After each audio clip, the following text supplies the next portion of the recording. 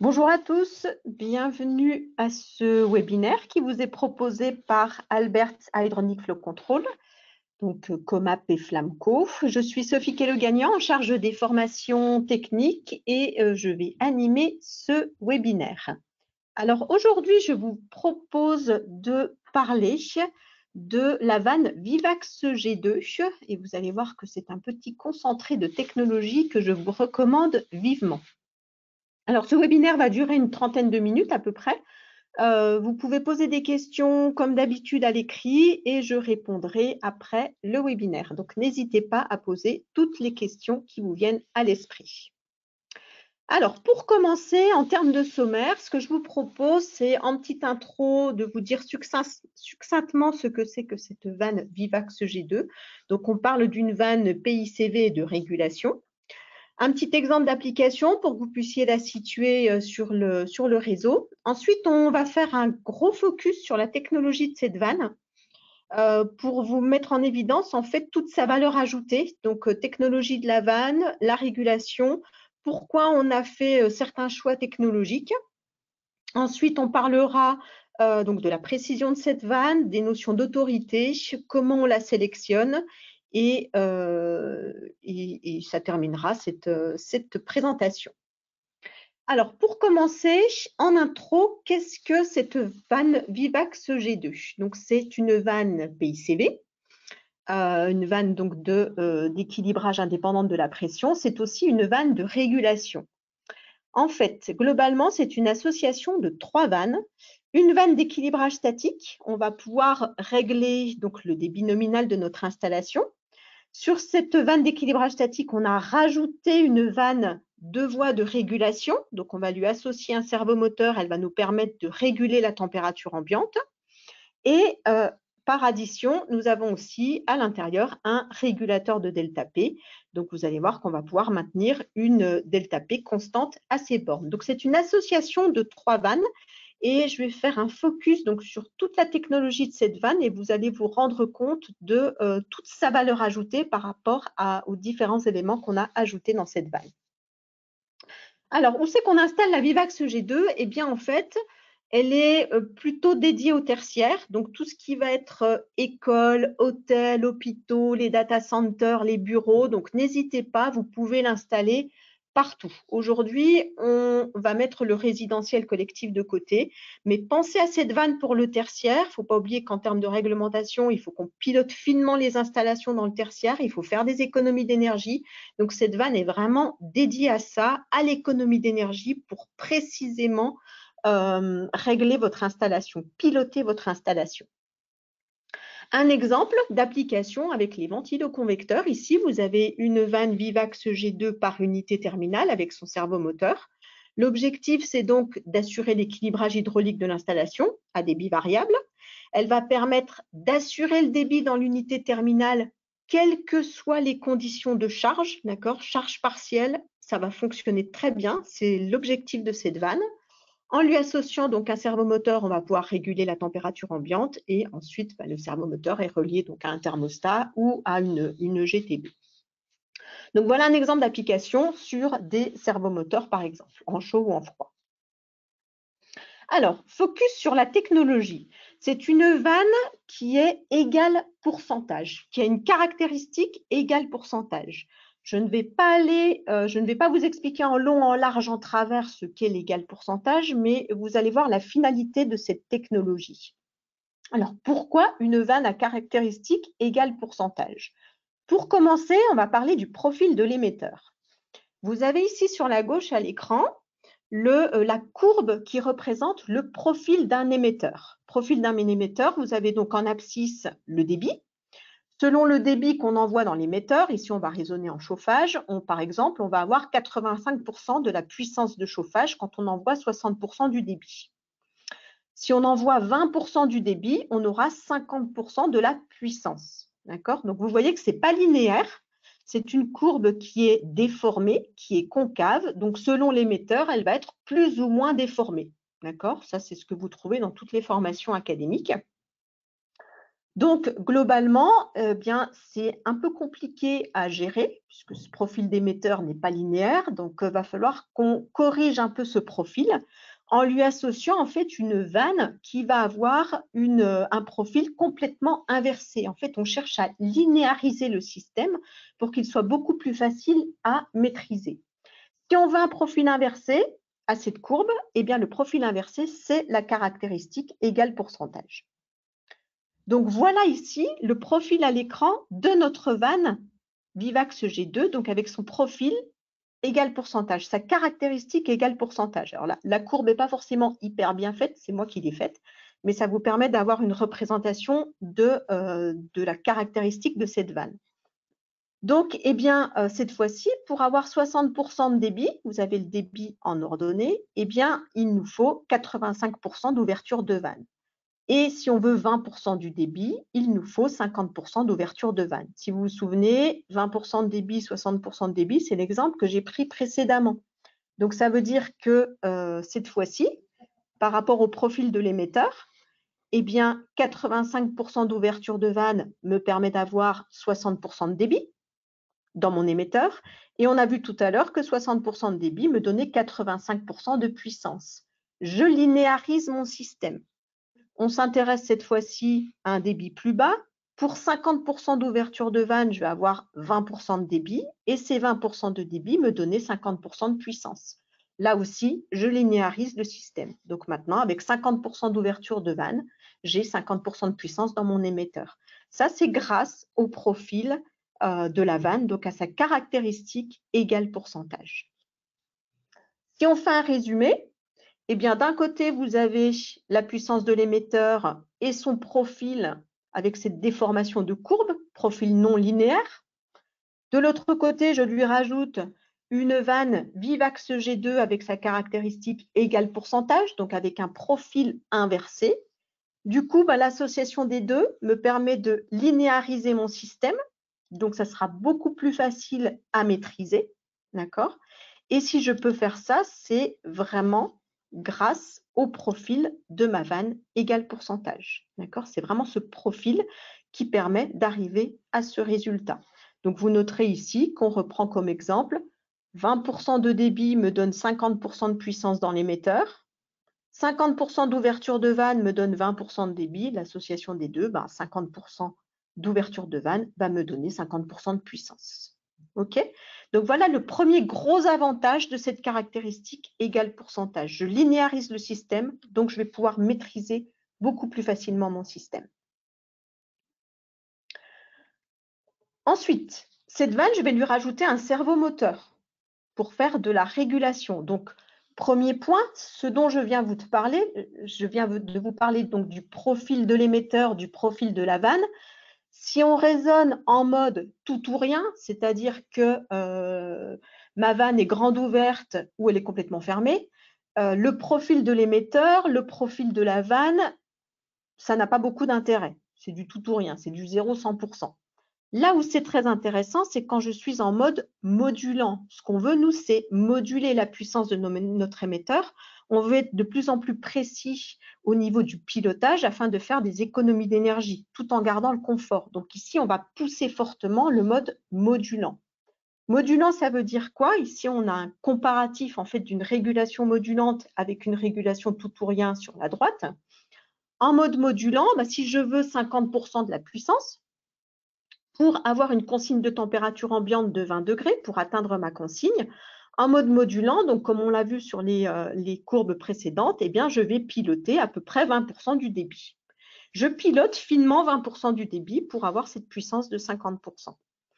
Ça, c'est en mode modulant. Si on fonctionne en mode tout ou rien, ça veut dire quoi? On a toujours notre consigne de 21 degrés, mais le mode tout ou rien, j'ouvre et je ferme. Donc, je vais ouvrir de manière à augmenter ma puissance, avoir 100% de puissance.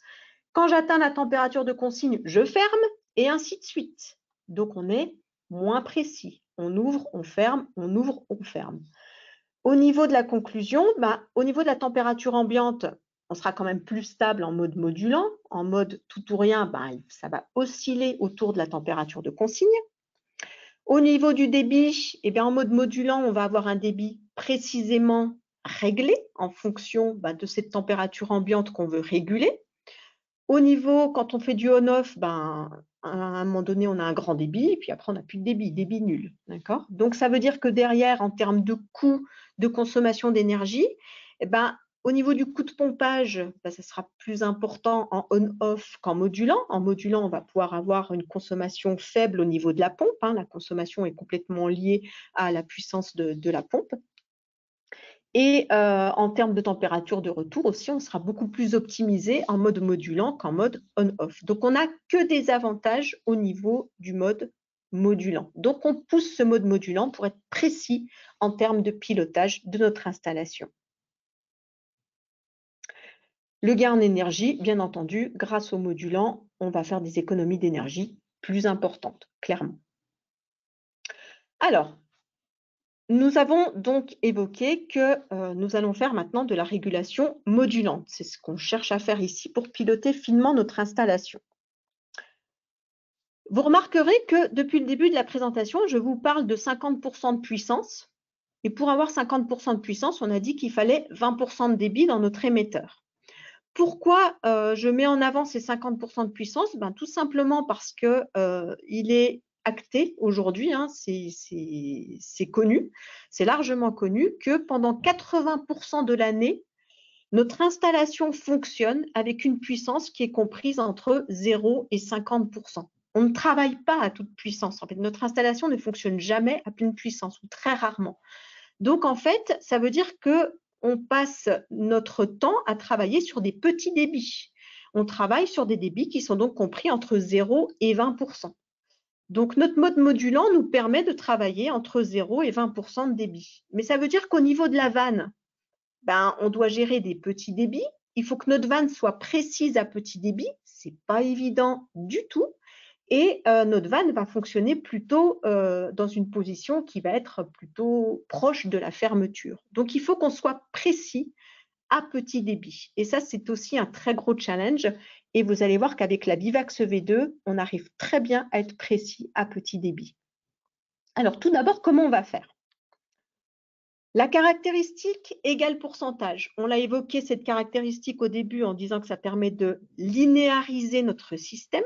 D'accord? En ayant un profil opposé à celui de l'émetteur. Donc ça, c'est le premier gros avantage. Le deuxième avantage, étant donné qu'on travaille à petit débit, grâce à ce profil égal pourcentage, cette caractéristique égale pourcentage, 20% du débit, ça nous permet d'avoir une ouverture de vanne qui est comprise entre 0 et 50%. C'est pas mal du tout, 0 à 50%, ça fait beaucoup pour des petits débits. Si la vanne était linéaire, on travaillerait entre 0 et 20% d'ouverture pour avoir entre 0 et 20% de débit. Ici, on a beaucoup plus d'ouverture de vanne, donc on est déjà beaucoup plus précis grâce à cette caractéristique égale pourcentage. À cela, qu'est-ce qu'on va additionner? Eh bien, une course importante de la vanne, même à petit débit, même à charge partielle, pour avoir une précision importante. Donc, deux choses importantes, la caractéristique égale pourcentage et la course de la vanne, qui va permettre d'être précis. Alors, là, je vais quand même rajouter un petit point de vigilance. Attention, je suis en train ici de vous parler d'une vanne à caractéristique égale pourcentage qui fonctionne avec un moteur linéaire. Moteur linéaire, ça veut dire que je fonctionne avec en mode modulant, j'ai du 0,10 volts, 3 volts, ça va être 30% de puissance, 5 volts, ça va être 50% de puissance. Derrière, ma caractéristique égale pourcentage pour la vanne me permet donc de travailler entre 0 et 50% d'ouverture si je veux 50% de la puissance. Okay, donc, notez bien, vanne à caractéristique égale pourcentage avec moteur linéaire. Si on fait l'inverse, c'est-à-dire vanne linéaire et moteur égale pourcentage, on n'a pas le même résultat. D'accord? Tout simplement parce que ma vanne linéaire, comme on l'a évoqué, elle est linéaire. Donc, si je veux 20% de débit, c'est 20% de puissance. C'est 20% de puissance. C'est 20% d'ouverture. Donc, attention, ce n'est pas équivalent du tout. Et vous allez trouver pas mal de solutions sur le marché où vous avez une vanne linéaire avec un moteur égal pourcentage. Ça n'a rien à voir. D'accord? Donc, attention à ça. C'est la caractéristique de la vanne égale pourcentage qui est importante ici, associée à un moteur linéaire. en mode modulant, bien entendu. Alors maintenant, je vais faire un focus sur la course de la vanne. Alors, on vous propose 3 vannes pour davantage de précision. On est sur des petits DN, hein, DN15 et DN20. DN15L, elle, c'est pour low flow, donc petit débit, entre 68 et 208 litres par heure. Ensuite, vous avez la DN15S, S pour standard, donc des débits entre 172 et 861 litres par heure. Et ensuite, vous avez la DN20. Vous remarquerez sur la droite, course de la vanne de 3 à 6 mm. Vous allez voir que le minimum, c'est 3 mm, quel que soit le réglage que vous allez faire. Et ça, c'est super important parce que 3 mm à petit débit, eh ben, on ne l'a pas, on l'a nulle part, on l'a que avec la Vivax G2. Donc, c'est la course la plus longue que vous allez trouver.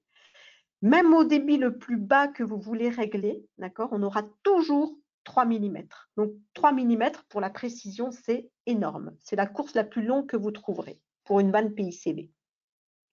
Alors, pour vous expliquer ça, j'ai pris l'exemple de la vanne Vivax G2 entre 68 et 208 litres par heure. Donc, vous avez ici le réglage de la vanne, le pré-réglage pour régler donc, le débit nominal dont vous avez besoin, entre 0 et 10 positions. En fait, au niveau de la fonction réglage et de la fonction régulation, ce sont deux fonctions qui sont en série. Vous avez donc 3 mm de hauteur d'aiguille qui sont dédiés au réglage, qu'on va utiliser ou pas, et en fait le reste, donc entre 3 et 6 mm, qui sont dédiés à la régulation.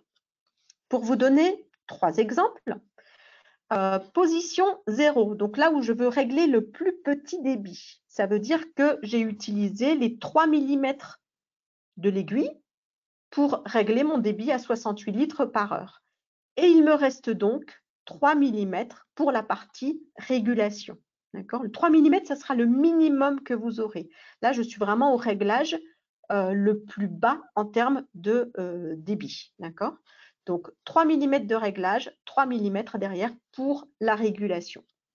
Je prends l'exemple de la position 5. Je me mets en position 5. Donc, ça veut dire que je n'utilise pas 3 mm pour le réglage, mais je suis en position médium, donc j'utilise la moitié. Autrement dit, j'utilise 1,5 mm pour le réglage de ma vanne, pour mon débit de 122 litres par heure. Et tout le reste, c'est-à-dire les 6 mm moins les 1,5 de réglage, c'est-à-dire qu'il me reste 4,5 mm pour la partie régulation. C'est énorme. Et le dernier cas de figure, là où je veux régler mon débit le plus important, donc 208 litres par heure, eh bien, ma vanne est grande ouverte. Mon réglage, c'est le réglage maxi que je peux faire. Autrement dit, je n'utilise pas de hauteur, pas de millimètres, on va dire, pour la partie réglage. Donc, les 6 mm d'aiguille sont utilisables pour la partie régulation. OK ? Deux fonctions en série qui font que même si j'utilise les 3 mm pour le réglage, derrière, j'ai toujours au moins 3 mm pour la régulation. Et ça, c'est vrai pour toutes les vannes Vivax G2. Donc, souvenez-vous de ça. Vous aurez toujours un minimum de 3 mm de course pour réguler la température ambiante, donc pour régler le débit dans la vanne Vivax G2. Ça vous permet d'avoir une précision hyper importante sur des petits débits parce qu'il restera toujours une hauteur importante, une course importante pour la partie régulation. Donc, en termes de précision, c'est très important. C'est une très grosse valeur ajoutée. D'accord ? Donc, on a, pour la précision, je répète, le profil, la caractéristique égale pourcentage de la vanne qui nous permet de travailler sur une vanne ouverte entre 0 et 50% à petit débit jusqu'à 50% de puissance, à laquelle on rajoute une hauteur de course importante, minimum 3 mm, pour rajouter de la précision. Donc, on a une vanne qui va permettre de régler précisément le débit en fonction des besoins. Je rajoute aussi le fait que quand vous avez un minimum de 3 mm de course, ça veut dire que derrière, vous avez une vanne qui est beaucoup moins sensible à l'encrassement. On ne va pas piéger de particules, on ne va pas piéger de bulles d'air. On a une ouverture qui est suffisamment importante pour avoir du débit et ne pas encrasser la section de passage. Donc ça aussi, c'est important. Alors, parlons maintenant d'autorité de la vanne. Pourquoi on va parler d'autorité? Pour sélectionner notre vanne pour qu'elle soit le plus adaptée en fait au réseau sur lequel on va l'installer. Alors, pour rappel, qu'est-ce que c'est que l'autorité? Alors, l'autorité d'une vanne, ça va être en fait, de manière simple, sa capacité à régler le débit en toute situation, d'accord? Sans créer trop de perte de charge, hein. Qui dit perte de charge dit des coûts de pompage importants. Alors, le problème, c'est que si on choisit une vanne trop grande, c'est bien parce qu'il y aura peu de perte de charge, donc pas beaucoup de coûts de pompage. En termes de coûts, c'est pas mal. Mais elle ne sera pas précise pour régler le débit. Donc, ça ne va pas. Si on choisit une vanne qui est trop petite, elle sera très précise, donc c'est bien, mais elle va créer des pertes de charge beaucoup trop importantes. Voilà, donc du coup, il faut faire un compromis, mais surtout si on veut choisir finement la vanne, il faut faire des calculs d'autorité. Donc bien sûr, on parle ici des vannes modulantes, parce que la problématique des vannes modulantes, en charge partielle, ça bouge tout le temps, les débits, les pertes de charge, donc que peut-on dire de l'autorité? Alors, qu'est-ce qui se passe à charge partielle? À charge partielle, vous allez avoir des apports gratuits par le soleil, donc des vannes qui vont se fermer, des unités terminales qui se ferment, et derrière, la pompe, elle pousse, hein, donc vous avez de la HMT disponible, donc une partie de la delta P qui est fournie par la pompe qui n'est plus consommée. Donc cette delta P, il faut qu'elle aille quelque part, et en général, on la retrouve sur les unités terminales qui sont en fonctionnement, donc là où il y a des vannes ouvertes. Donc on rajoute de la delta P sur des vannes ouvertes. Donc, du coup, ça modifie l'autorité de la vanne qui va, du coup, plus ou moins bien régler le débit. Donc, ça ne va pas, on ne sait pas comment choisir notre vanne, en fait. Donc, sachant que le mode, on va dire charge partielle, c'est 80% de l'année, c'est une vraie problématique à prendre en compte. Il faut vraiment s'intéresser au choix de la vanne et à l'autorité qu'elle va avoir finalement en toute situation. Donc, l'avantage de la vanne Vivax, la vanne Vivax G2, c'est que elle aura une bonne autorité, quelle que soit la situation. Pourquoi? Parce qu'en fait, on a un régulateur de delta P qui est intégré. Donc, même s'il y a de la delta P additionnelle, parce qu'on a des unités terminales qui se ferment par ailleurs, la delta P additionnelle qui va arriver au bornes de la vanne, elle sera absorbée, consommée par le régulateur de delta P, qui va maintenir une delta P constante aux bornes de la vanne, et du coup derrière, on est sûr d'avoir le débit qui doit être réglé. Donc il n'y a pas de calcul pour la sélection. L'autorité, elle est forcément bonne en toute situation grâce à ce régulateur de delta P. Okay, donc ça, c'est un énorme avantage pour la vanne, parce que ça veut dire que pour sélectionner la vanne, c'est simple, on va regarder le débit, c'est tout. Alors, le maintien du débit, grâce à ce régulateur de delta P, il va se faire entre 15 et 400 kPa. Donc, entre 15 et 400 kPa, ça veut dire qu'il faut fournir 15 kPa pour que la vanne régule son débit, règle correctement le débit. Et on va donc régler correctement ce débit entre 15 et 400 kPa. Ces 15 kPa, c'est donc fourni par la pompe, hein. C'est la pompe qui fournit ces 15 kPa. Ça fait partie de la delta P qui va être consommée et fournie par la pompe. Alors, est-ce que ça fait beaucoup, 15? En fait, non. Est-ce que c'est très énergivore? Est-ce que cette vanne est énergivore? Non. Non, si on la compare aux autres PICV du marché. Et non, parce que faut pas oublier que finalement, cette vanne, c'est une association de 3 vannes, hein. Donc, 3 vannes, 15 kPa, c'est pas grand-chose. Et si on compare avec les autres PICV, comme je vous dis, les 15 kPa sont fournis par la pompe, donc 15, c'est 15 kPa, mais si c'est 20, 30, 40, c'est quand même beaucoup plus élevé. Donc, choisir une vanne PICV, si vous la choisissez avec une delta P qui démarre à 40 kPa, ça veut dire qu'il faut lui fournir 40 kPa. C'est comme si vous achetez une voiture qui consomme 25 litres d'essence au 100 km, quoi. Donc, c'est énorme. Donc, il faut bien, pour bien choisir sa vanne, on choisit une vanne qui a effectivement assez peu de delta P à consommer. Ici, 15 pour une association de 3 vannes, on est très bien. Donc, du coup, comme on a une faible consommation en termes de perte de charge, derrière, parce que comme je vous le disais, les 15 kPa sont fournis par la pompe, Donc, faible consommation de la vanne, ça veut dire que la vanne Vivax permet d'entrer, rien que par sa sélection, de faire des économies d'énergie. Et on va économiser 8% en énergie, donc calculé sur du gaz ou de l'électricité. Donc ça, c'est les 8%, c'est dû à une simulation avec un simulateur qui s'appelle ISOP, hein, qu'on peut vous donner ce chiffre-là. Alors, comment on sélectionne la vanne du coup, puisqu'il a une bonne autorité en toute occasion? Je l'ai mentionné, on va la sélectionner en fonction du débit. Donc ici, à l'écran, vous retrouvez les 3 vannes avec leur plage de débit. Donc, on vous propose 3 vannes avec des petits DN. La vanne DN15L, c'est comme si vous aviez une vanne DN10, un corps de vanne en DN10 dans une vanne en DN15 pour avoir donc des connexions en DN15. Donc, on est à petit débit.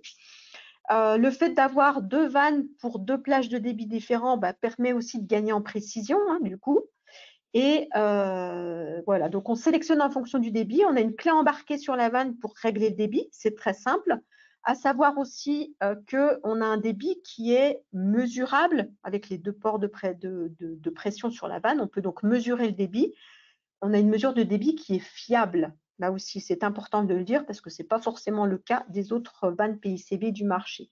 À rajouter aussi, histoire de pas que j'oublie, que c'est une vanne qui est certifiée EBAC avec plusieurs servomoteurs différents. J'arrive à la conclusion de cette présentation. Donc, vous avez eu ici une présentation sur la vanne Vivax G2. C'est donc une vanne PICV et qui permet de faire la régulation de la température ambiante. On a évoqué que c'était une vanne à caractéristiques égale pourcentage, indépendante de la pression. Le fait qu'elle soit indépendante de la pression, donc avec un régulateur de delta P inclus et un débit régulé entre 15 et 400 kPa, fait que d'entrée, on économise de l'énergie puisqu'elle n'est pas très consommatrice de delta P. Le deuxième point, la sélection et le réglage sont faciles, hein. On a dit que c'est une vanne qui est donc indépendante de la pression. Il y a un régulateur de delta P inclus. Elle a donc une bonne autorité, quelle que soit la charge de l'installation. Donc, ça veut dire qu'on la sélectionne en fonction du débit. On la règle avec sa clé embarquée. On peut aussi mesurer de manière fiable le débit, donc le régler de manière fiable. On a parlé d'une vanne à caractéristiques égale pourcentage. La vanne à caractéristiques égale pourcentage permet de linéariser le système, donc de le maîtriser plus facilement. Permet aussi de gagner en précision sur des petits débits, puisqu'on va être, on a donné l'exemple d'une charge à 50%, 50% de puissance, qui permet de faire travailler la vanne entre 0 et 50% d'ouverture. À cela s'ajoute une course de la vanne qui est importante, minimum 3 mm quoi qu'il arrive. Donc, vous gagnez en précision et en plus, vous avez une vanne qui est moins sensible, beaucoup plus résistante à tout ce qui va être particules, bulles d'air, etc. dans l'installation. Donc voilà, pensez à la Vivax G2. Vous voyez point par point que c'est une vanne qui a pas mal de valeur ajoutée. Pour une installation dans le tertiaire, elle va vous permettre d'atteindre les objectifs qui sont fixés par la réglementation en termes d'économie d'énergie. C'est une vanne qui est précise, qui est peu consommatrice d'énergie. Donc, pensez-y pour vos installations. Ce webinaire est terminé. Je vous remercie de l'avoir suivi. N'hésitez pas à poser des questions si ce n'est pas encore fait. J'y répondrai après le webinaire. Si vous voulez davantage d'informations, davantage de précisions sur l'égal pourcentage, sur les courses de vannes, sur les vannes PICV en général, n'hésitez pas à nous contacter. On se fera un plaisir de vous expliquer tout ça et d'approfondir le sujet avec vous. Je vous souhaite une excellente journée. Je vous dis à bientôt fin avril pour un nouveau webinaire sur des petites vannes d'arrêt qui sont proposées par HFC. Et je vous dis donc à bientôt. Merci à vous et au revoir.